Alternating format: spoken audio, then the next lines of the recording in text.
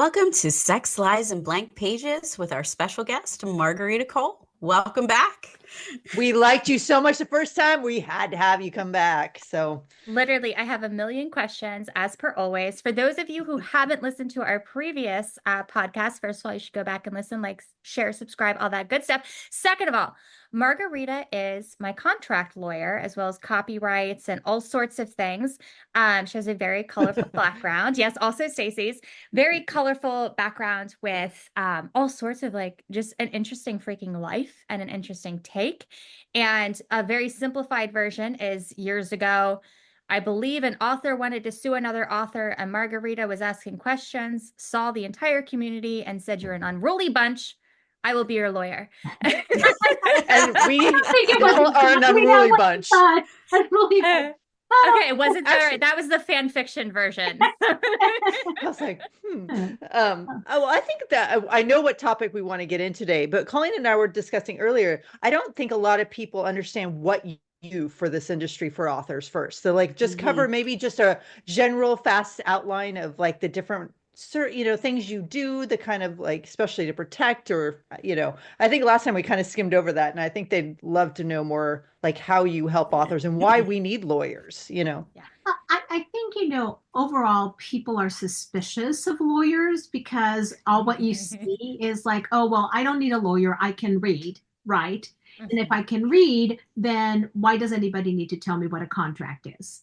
But what you kind of forget is that legal language is different than regular language. Like, why do people go around saying you need to cease and desist?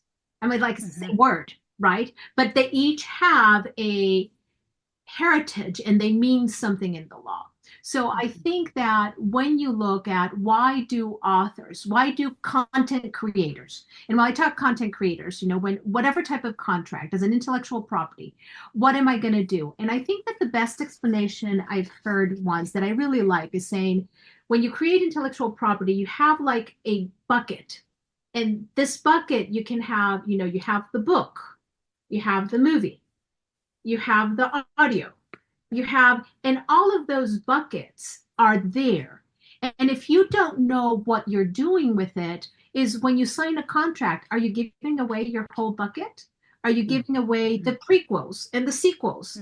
Are you giving away the translations? So what does a contract mean? Because that's part of your bucket, right? Because you go foreign translations, gaming, media, and you go down and say, who am I assigning that to whom and for how long?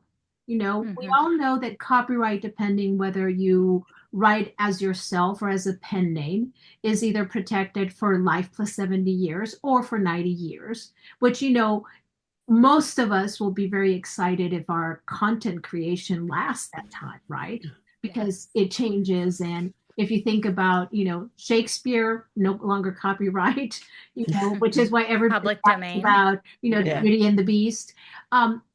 But how many years is that for public domain? It's like 80, is that right? Well, it depends on how it is registered. Yeah, how it's written. Like Mickey Mouse, there was a whole thing on Mickey Mouse coming up for public domain, but then Disney incorporated Mickey into its opening, which had a new copyright, and therefore that version of Mickey wasn't public domain or something like that.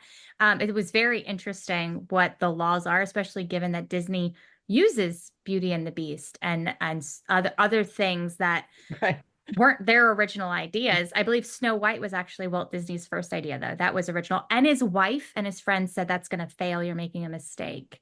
That's a whole separate thing. I'm sorry to interrupt. But it's an interesting one, which is, how do I protect my rights? So, I started at a big law firm in New York. I did that for about 7 years, and I was traveling like crazy.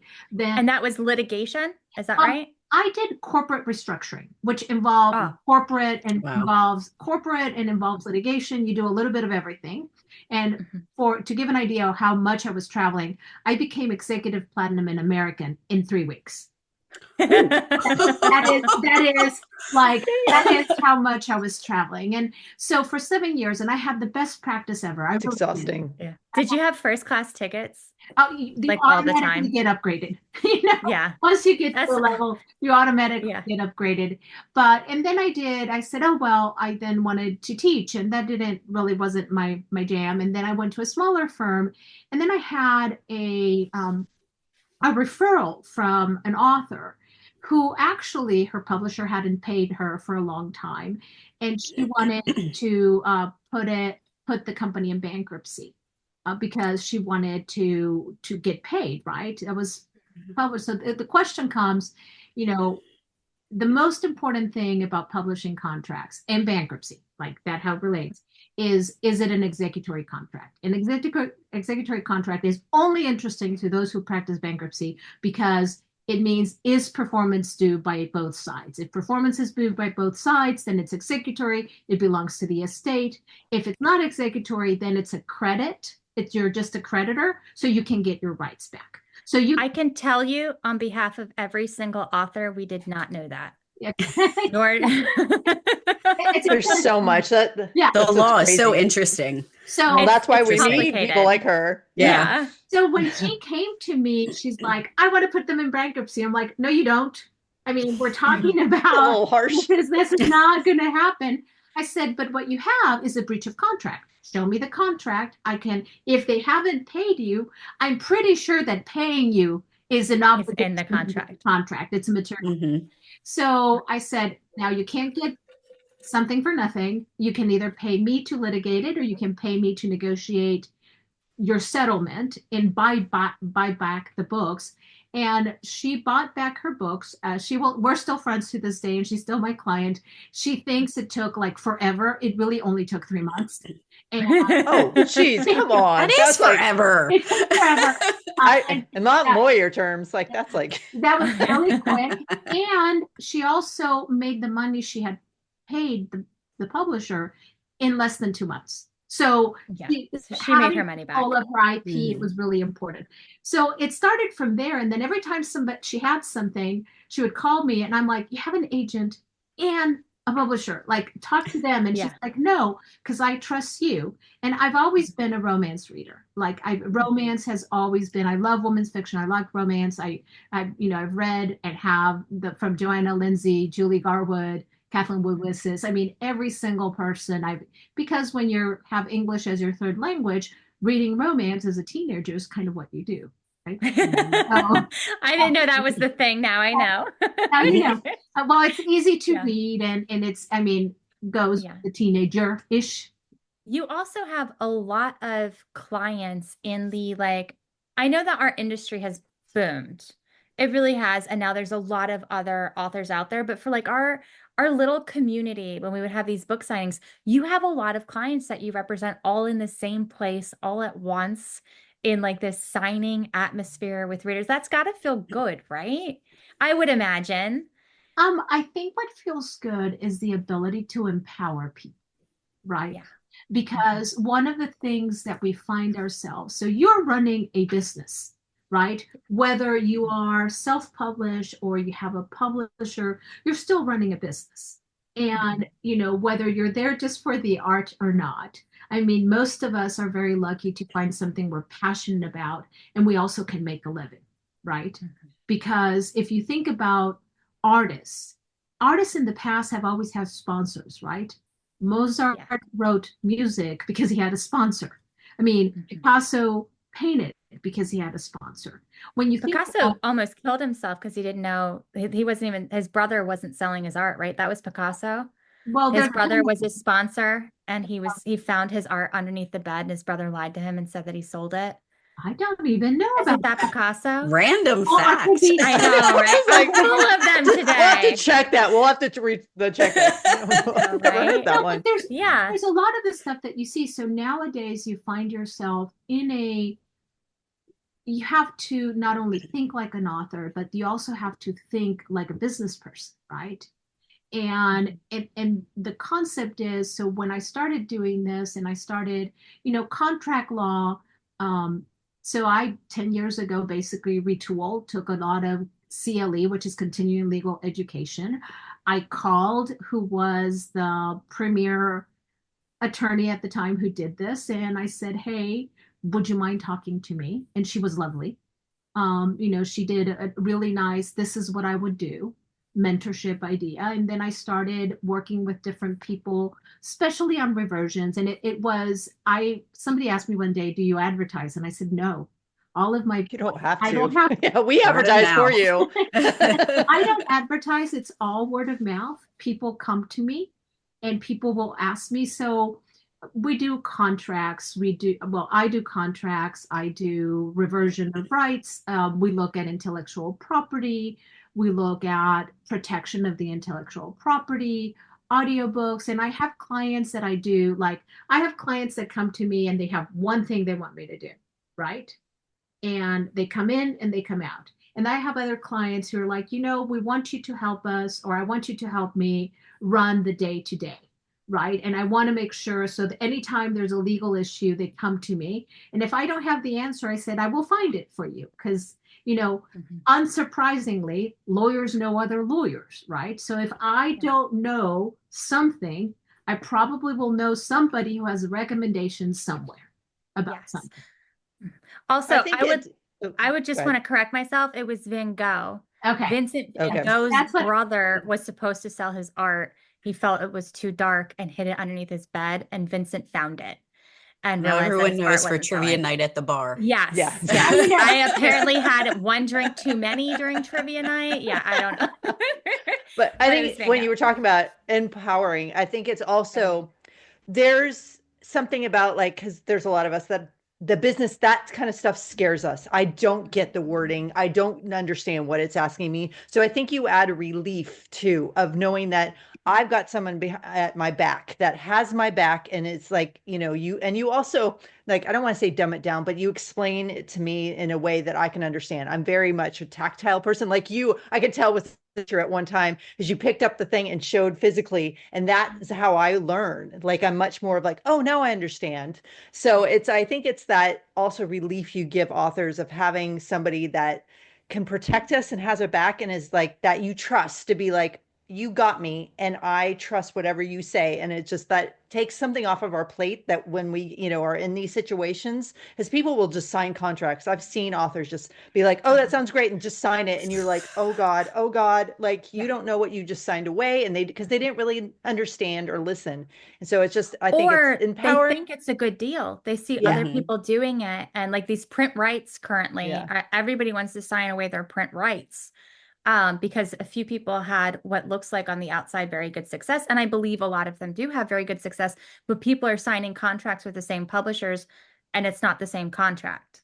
Yeah. Right. Things have changed and they're not aware of it because you don't get to see other people's contracts. So having a lawyer look at it, and especially a lawyer who might also have seen some of the other contracts, they might be able to look at it and say, this doesn't seem, yeah, exactly. Yeah. Well, I think you have to think about that everybody have different goals, right? Yes. And the question is what motivates you. And there is and I think you all have heard me say, the only thing I want you is to understand what you're signing. At the end of the day, it's a business decision for you. I can't make the business decision because it's your business, but you have to understand that by doing something, right, it's going to have these consequences. And for example, in going to this print, I think some of these deals are fabulous, right? They really, somebody who's not going to who doesn't have the time, money, or energy, or doesn't care, or it's very important to them because they want to be in a bookstore. That being in a bookstore is really important, more than the money. That might be a really good deal. But if you are somebody who likes to change your covers every 3 months, or have to, who does that? or have to do something, this might not be a good deal because they might not move as quickly as you want them to move, right? But I also think in our industry specifically, you're mentioning intellectual property business. In our industry, it's predominantly women, right? A lot of us don't have a business background. A lot of us love to do it because we love to write. A lot of us are emotional and we make emotional decisions. And a lot of us chat in DMs about what so-and-so said they made in this Facebook group, which might not actually be what they made at all. And emotional decisions are made. And I think that's where having a lawyer before you make your emotional decision to like try to check that this is a business and you're talking about intellectual property. You're not talking about what it feels like to see your book in Barnes and Noble. You're talking about what your check is likely going to be at the end of the month to pay your bills. And those are different conversations. So have you ever had a really difficult time with an emotional client? Not myself, because we already know the answer to that one. That one's a yes. That one is And every let's other also week. add that men can make emotional decisions too. When you said the women thing, and emotional, Well, like, oh God, they that hits a can. stereotype. Well, it's not just a stereotype, it's psychological. We lead with our hearts in a lot of ways where men don't. We make these are romance books. They are it like our industry is emotional at its core. And then it is primarily women. And there are a lot of psychological things with women specifically that we can't ignore when we're talking about this, right? But now we have business and money, and we don't have the background for it. We don't have a support system. We don't have an overhead like a lot of other industries where there's someone you can go to. Instead, we have a lot of group chats, whether it's in a Facebook group or a DM or a conference, and you're relying on these people to give good faith conversations and accurate information. And sometimes they believe it's good faith and accurate, but they haven't done their taxes and they actually aren't business savvy and they're giving you bad advice. And that's a lot of emotion that comes out on the other end with a lot of people who followed their quote unquote friend, right? So our industry is specific, and men can make emotional decisions in business and in real life, but it is heavy in our industry. And I think it's something that has to be acknowledged in order to navigate it so that we get our bags. We need to get our bags. Everybody should be getting paid and paid well because we're a multi-billion-dollar industry. I think one thing I will say that to me has been extremely helpful. When I was, David and I got married, he had already gone to law school. I went to law school later, and I would sometimes make decisions that he would say, why are you justifying what you're doing? It's nobody's business. Why you leave the office, why you're doing certain things. Oh, when you say I have to go because I have to go pick up blah, blah, blah, blah, blah, versus the man that says I have to leave at 3. Yeah, it's like because he would say, why are you telling people, like, because if he said I'm leaving to pick up my children, he would say, oh, such a good dad. If I say I'm leaving to pick up my children, then you are not committed to this. And he would say, you don't have to tell them what you're doing. You have a phone. If they need you, they will find you. You don't have, and I think a lot of the instance from what we're finding in our industry is, one, there's a lot of puffery of people telling other people, because we want to make ourselves look good, right? Right. And we want to also feel, we want to feel good about what we're doing. Yeah. And I'm going to say something that might be controversial. I don't know. We all believe. This is the soundbite. Hold on. Say it very clearly.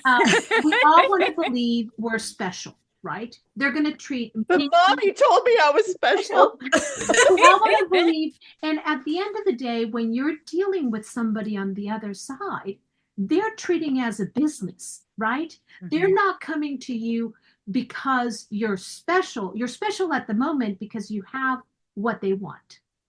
And you have to understand that in 5 years, you might not be the special again. So I'm not saying, so I think that it's really hard to take the emotion of we all want to feel that we're special, right? But at the same time, as a business, the reality, you're writing, but if you were not making money, right, you would have to find a job. Right. There's very, very few of us that can say, oh, we're just going to do this for the joy of doing this. I love practicing law. I do. I also want to be paid for it. Right. Yes. Yeah. And I think recognizing, and I struggle with that sometimes because most of my clients look at my rates and go, holy moly, I don't think I can afford you. Right.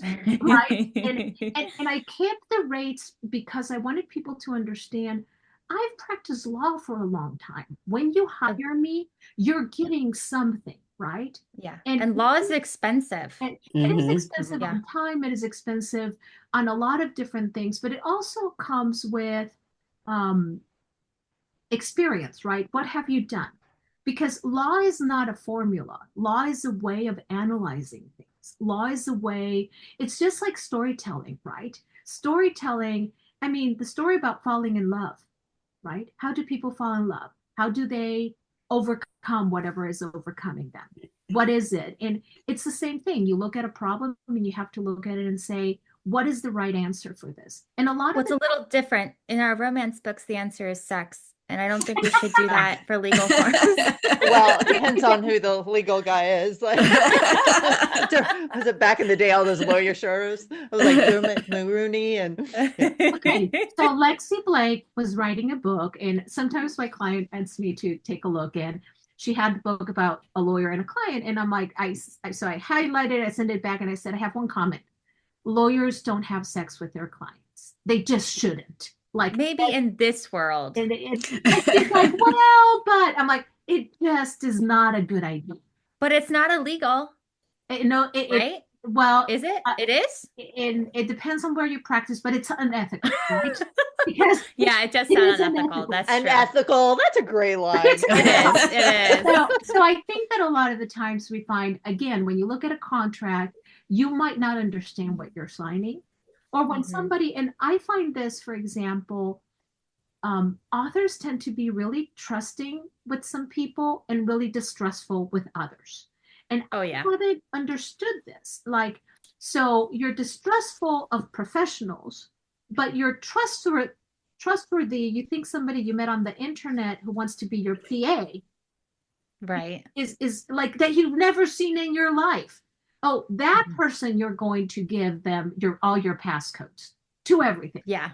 Without a contract, without an NDA, without, and you know what? This feels a little bit like a roast. Okay. Sophie is still with me. I know. I'm like, now we have a contract. Yeah. You're stuck with me, friend. Some of the times, I mean, I will say I've seen some of the greatest relationships that grew up that way, right? That people who really wanted, but there's also been some really horrible let's give some gossip here. We don't have to name names. I've seen, just off the cuff, authors sleeping with models, sexual assault of male models at signing events. Currently, there's an author who is in a lawsuit with I don't know if they're a real author because of the AI, right? They threw it through AI and they kept the characters' names the same, which is how she found out. The amount of drama in our industry, like, just wait a week. If you missed out on the one that just happened, just wait a week and there's going to be more drama. Right. There's been so much that happens, but we do also call it drama. Whereas if it was a different industry, it would be the conflict or something else. Why do you think, Margarita, and I feel like I know what your answer is. Maybe I might know your answer. I don't know. Why do you think this industry has so much that occurs that is scandalous, for lack of another word? What? Women. Sorry, we are like more. I think it's the lack of the overhead. I think it's the lack of the overhead. I do think it's women. And my husband likes to say, and this is controversial, the only thing that women hate more than men is other women. Oh, that's true. Yeah. That's and we're in an industry where a lot of money comes in one day and then it leaves the next. And a lot of people want to be your friend when you're on top. And then when you don't have it, they leave you on read, which then causes those emotions. And you don't have this overhead that you can go to. Nobody has a manager. Like we have nobody up there to help us when we're down, and we don't have stability. So that's what I would believe. We are an industry without stability. Okay, so I think part of the issue has to be that this is kind of, I mean, the ability for you to publish without a publisher is relatively new, right? So not even 2 decades, right? Yeah, it's relatively new. Was it 07? 2011? No, 11. Yeah. So that's one thing, but you see the same thing happen in fan fiction where they're not making any money, right? And people are still attacking each other. I think part of it also, one thing about this industry in particular is I think we are programmed to think that the pie is like this, right?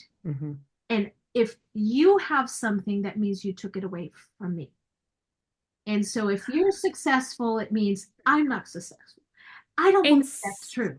in some ways, that is true, right? If we're looking at rank and Amazon and bestsellers and who's getting author bonuses, there's only 100 spots for the top 100. So if 5 people are in that top 10, it's possible that if you're number 12, one of your besties took that spot from you, and the money is exponential. The higher you go, like what you're ranking, like what you're making at, 80 rank is not what is being made at top 10. Well, So but if you go that route, again, that's potential. you're talking about absolutes, right? The assumption is that you Right. only make money one way, right? Yes, and And that is that assumption, and this is what's amazing about this industry. I only have one way to make money: give legal advice, and I only have so many hours a day. So it's not like I can't have 2 clients at the same time. You guys can. You can have readers who read you an audio, readers who do reels, readers who do comics, special editions. special editions. With the new cover. Yeah. So I think that the drama part of it is, especially with, whether it's Facebook, whether it's Amazon ads, whether it's everybody wants the special formula. I want that other person has, without understanding, and this one going back to law, every lawyer practices law differently, right? Some do big firms, some do, but the commonality you guys have is your success as indies a lot of the times is tied to your personal connection with the reader, right? And that, I think, creates this environment of, I have to be out there. I have to be doing this. I have to be doing that. I want the formula of what everybody else is doing. But if you've done this for more than 5 years, you have realized that we've gone from Facebook ads to Amazon ads to then some TikTok influencers and TikTok influencers to, and then you had in reviews where you could like and unlike and other one. I mean, and everything, it's constantly changing. And it used to be, for example, if you look at the top 100 of Amazon, unless you're on Kindle Unlimited, is very unlikely that you're going to be able to be there. And not only that, but that's almost like an old school way of thinking. We haven't let go of that, and it no longer works like it used to. 100%. Yeah, that sandbox now has certain castles that are made of concrete in it, right? And why are you trying to play with that rather than just getting up and going to a different sandbox? That analogy is way better than my last on our I was last just gonna podcast, say, Margarita. It was finally got a sandbox again. So much better. I keep getting into sandboxes. You can tell I have children, can't you? Well, I think it's the whole concept again of, and the other part is, I think, because we go with the pie, right? Well, and you're right. If somebody gets a big publishing contract and they write a specific genre, there might not be in that publishing house that same ability, but it might be somewhere else. And the ceiling hasn't even been touched in so many different revenue streams. Like and I agree with you entirely, where like it's not a one-sum game. It's just you have to do something differently. Well, and not everybody wants to do hard. that. It's a risk. Well, and I think what you said in the conference we were about a week and a half, which is Romance Author Mastermind. Yeah. It was, there's a potential 1 billion readers. 1 billion. Like, why? Literally. Why are we all fighting? And I think the one I would say is the internet. So Pepper Winters, when she started writing, right, and she hit the New York Times 7 times. She was the first dark author, aside of a couple of other, that hit it. And it's because nobody had been able to access that type of writing before. Yeah. And all of a sudden, you haven't read Tears of Tess, I believe that was her big, I've read it. It was amazing. And then I think book number 2 is quintessentially Q. Incredible. Like, you should absolutely read it. And then you saw that a lot of people who were reading it, English was not their first language, but this was the first time. And so there's a huge romance community in Germany, a huge one in Mhm. France, a huge one in, and so I think by looking at that, saying, what do I have that I haven't exploited, right? And Yeah. all of those, but going back to the question, why do you need a lawyer? Well, who did you assign the rights to? If you all of a Yeah. sudden assign the rights to somebody, so if you assign all rights in all languages, you basically have given away your, Everything, all your of whole that. bucket. So Mhm. if you do it, well, what if I assign it only in English? Well, what did you assign them to? So a lawyer, or at least when we were talking at RAM, at least maybe even somebody that has done it before, right? Right. It's saying, okay, I find that a lot of the times I have clients that come to me because they're frustrated because they signed a contract and then they It's do the not, aftermath. well, it's they didn't get the benefit of the bargain they thought they were going to get. And It's like why you go to therapy. Nobody goes to therapy when they're happy. yeah, Everyone waits till something bad happens and then they go to therapy. Whereas a lawyer, you really should have had that lawyer first. Mhm. Yeah. well, nobody cares about what's in the contract until they have a problem with what's happening. And Yeah. then Until they're not they getting what they expected, which is, yeah. And that's why a lot of authors signing contracts based on the publisher did this for that person. Mhm. That person might have gotten a different contract. Like, so unless you're seeing what they signed, it doesn't mean that you're going to get the same thing. well, and I think that go back to the idea is what is in the piece of paper is what matters. It Yeah. doesn't matter what they told you, is what does the contract say? Mhm. And Yeah. if That happened with my house. Did I tell you? We were supposed to have crown molding in every room and molding going up the stairs. And the guy said it at signing, oh, we can do that for you. It's not in the contract. They never gave it to us. yeah, I mean Yeah. it's an Yep. Yep. So Yeah. I think you're going back to it. Now, this is in a matter that I think a lot of us, because we're in the happily ever after. So when David and I got married, we had nothing. So, we were married both after law school. But when you have, and we have these women who have these really successful careers, right? Well, depending on where you get married, everything after you get married becomes community property. So have you thought about, about it's divided. Not all states have community property, but some states have, like, what happens to your royalties if you put it in a joint bank account? What happens Has to, go ahead. have you ever had a client who's getting a divorce and they're like losing their entire company because of that? I haven't had a client who has lost her whole company. I have had clients that have had very difficult um, conversations on how to divide the books. The assets. Remember, Yeah. My bucket. My bucket. Yeah. well, and what happens when a judge who doesn't understand how series work says, "How about we do 1 2 1 2 1 2," and they take the Yeah. catalog and number them down, and all of a sudden, Oh my now, God. more importantly, aside of the real divorce, what about when you have co-writers, right? Yeah. Have you That's a thought That's, about yeah. Yeah. Yeah. if you're going to go ahead and co-write with somebody, who owns the world? Who owns the, like, what if somebody decides that they don't want to continue writing? Like, can you go forward?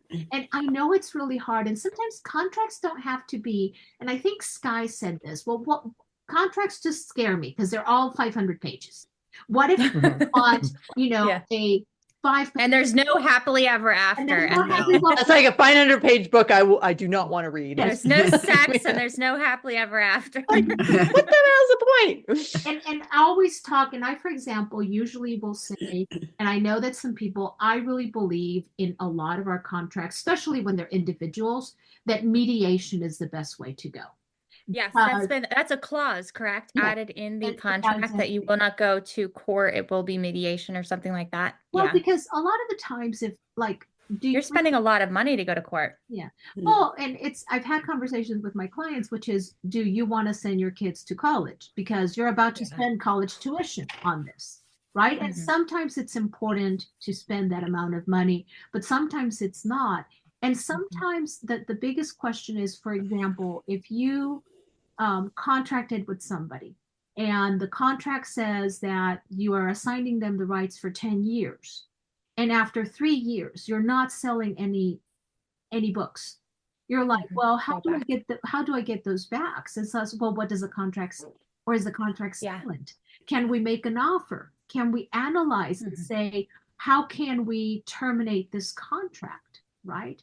Or, I mean, another part is now that people are doing all these illustrations, well, artists on the other side, right, are also wanting to protect their rights. They also have the Yes. little bucket. And so if you contract with somebody and they say, okay, this is for use in a Kickstarter, can you start using that image and use it for something else? You go back. You need to buy your commercial rights. Yeah. Well, what type of rights did you get? Same thing with like covers. I find that happens a lot. That people don't know, what do I have, an exclusive cover, or do I have a cover that, which is why everybody ends up having some of the same covers sometimes, right? When Right. and and that can cause a stir. Ooh, yeah. More than just a little. Yeah. Or for example, I had somebody once that was really upset because they had this cover designed and it was beautiful. And then there was somebody in the same area that came up with a similarly looking cover, right? Yes. And she was like, we need to sue them. And I said, for what? She's like, because they copied my cover. I said, no. It's kind of saying only one person can take a picture of the Grand Canyon. Right? There's many different ways of taking pictures of the Grand Canyon. And there's many different ways of having people embrace each other. There are many different ways. Now, aliens are always blue for unknown reasons to me.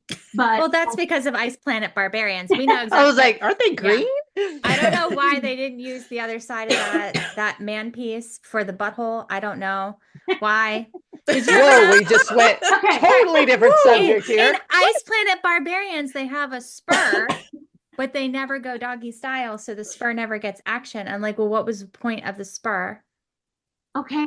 I'm sorry. No, that was like, Willow, wasn't that on the wasn't drink? No, What's that on the drink? No, it's the Aperol drink Spritz. after this. Yeah. No, but I apologize. That goes back to aliens are blue and that they don't all have spurs. Or they're blue, or like, for example, like elves. Why do elves have to have little, like, don't they have like the pointy ears? Pointy ears, pointy ears.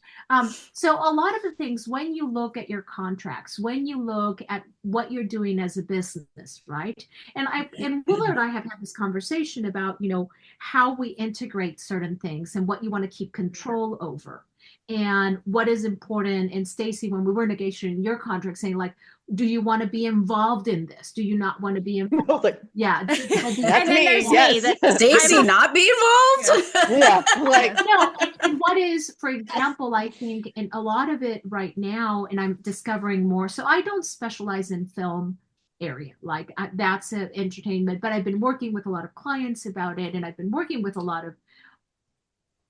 of attorneys who are specialized in it.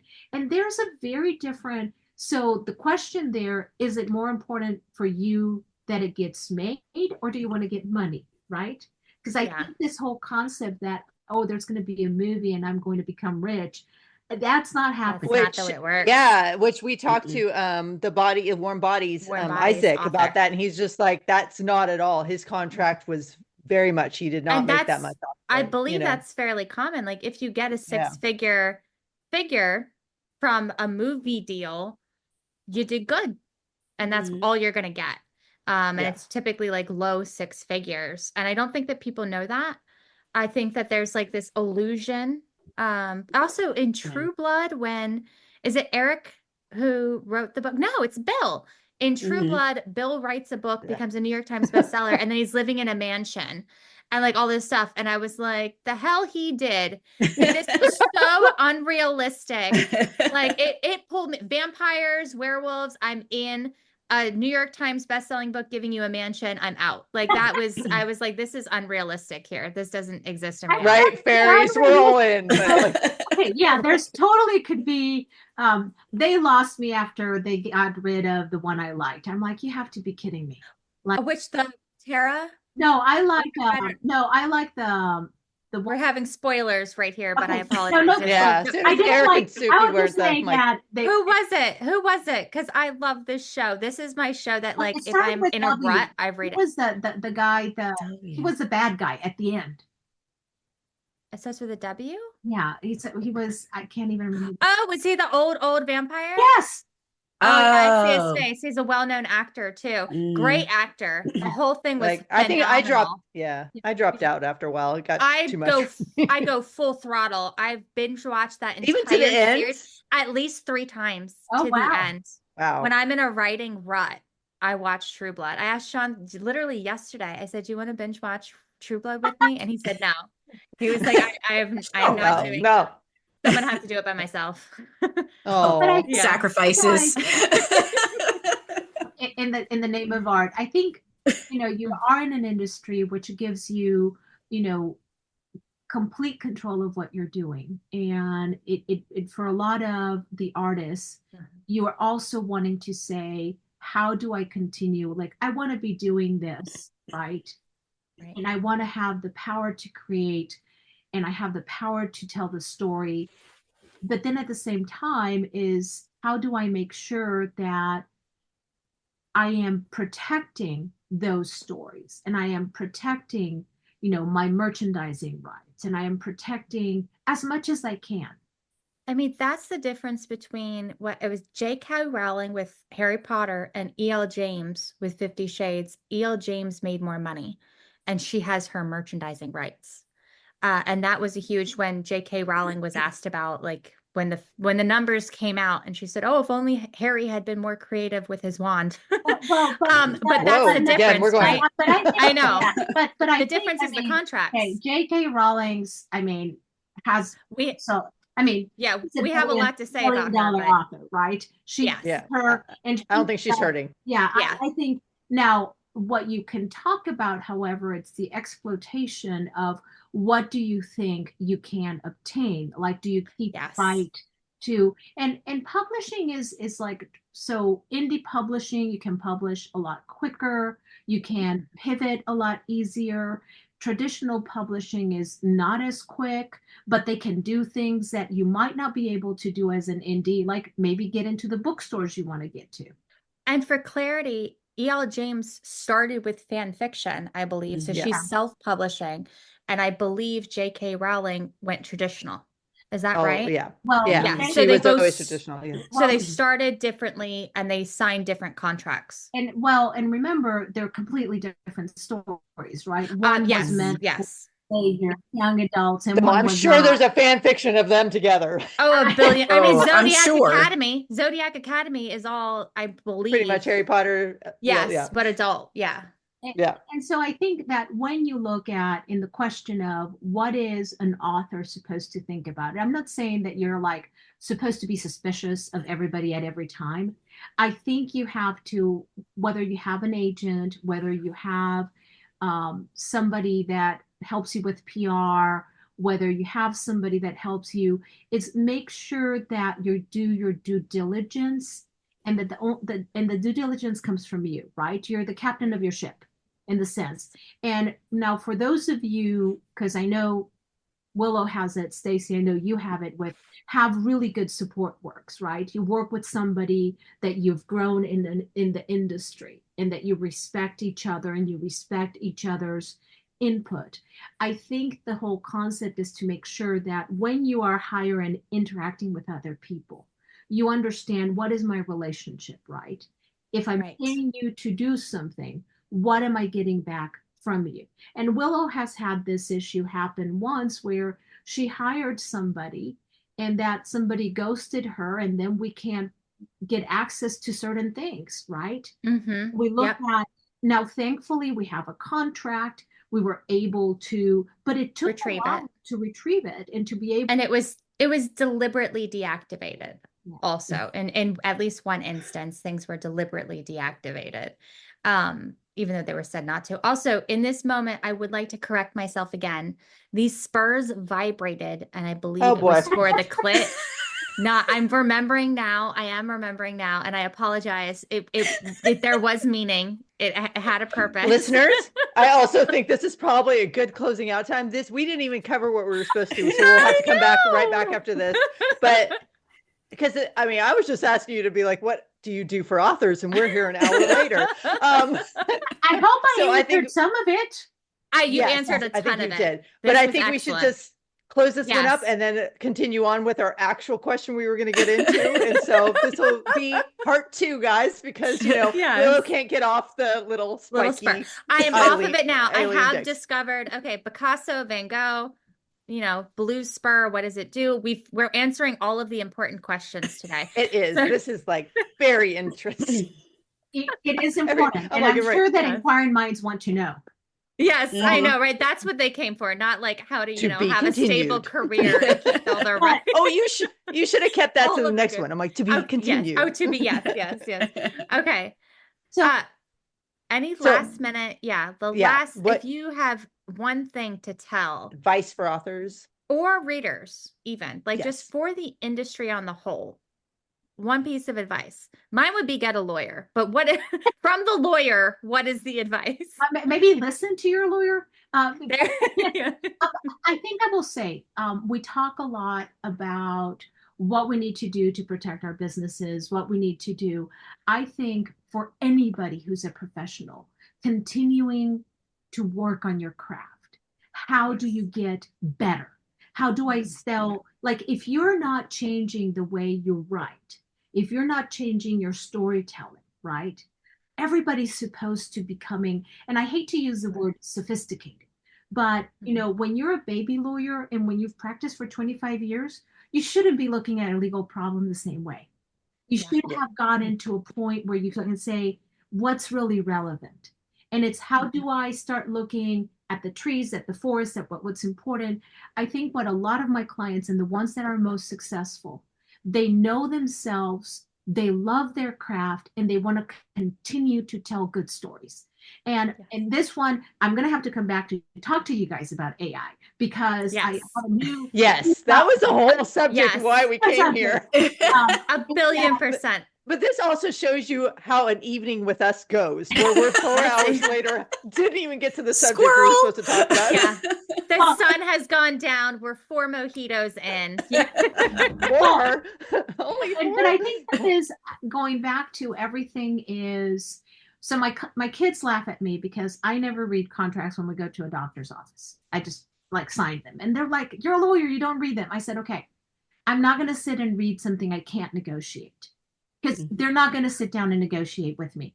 But that's a good point. If the doctor is negligent and the doctor commits malpractice, this contract doesn't protect them. So what I would say is make sure you spend your time on what's relevant and what's important, right? So which is hard to know sometimes. Yeah, but if somebody comes to you and says, I want to do this, and this is giving away all of your rights, make sure you understand what you're giving. Or if somebody tells you, don't worry about it, this is industry standard. Well, if I don't know what the industry standard is, I kind of want to know, right? Also, the standard in the industry is that authors don't make money. That's the majority of self-published authors. And so we're on the other end of that spectrum, and it's a smaller side of the spectrum where there is money being made. So industry standard is often not good enough. Well, but I think that might be a good place. Let's go ahead, wrap this one up, and we're going to have you back again because we have a million more questions. Guys, drop your questions in the comments below. Like, follow, subscribe. If you were drinking like me, do not drive, for the love of God. And we all love you, and we will see you next time with Margarita and other guests on Sex, Lies, and Blank Pages. And blue aliens. Yes, lots of blue aliens.